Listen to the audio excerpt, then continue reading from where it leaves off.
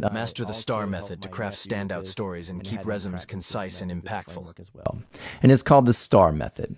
And it stands for situation, task, action, results. It's a very simple framework to follow when you're in an interview, excuse me, and you want to make sure you practice, right? So you want to make sure you pull out your resume, you look through your bullet points, and you pick out at least one or two stories for each role that you had, because surely you're going to get asked about those metrics that you improved, right? That money you saved, and they're going to say, tell me that story.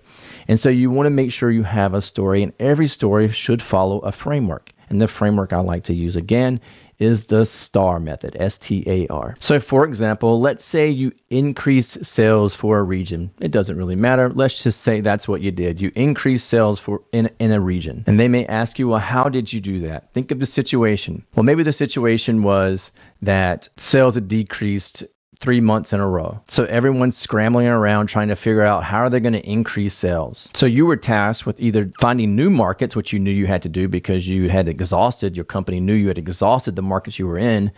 So you had to find new markets or a product, right? A new product to solve some problem. The actions you took were that you went out and gathered VOC in the new markets, right? The new markets that you were tasked with researching, and you found that there was a minimal viable product that you could release rather quickly, obviously, because it's a minimal viable product.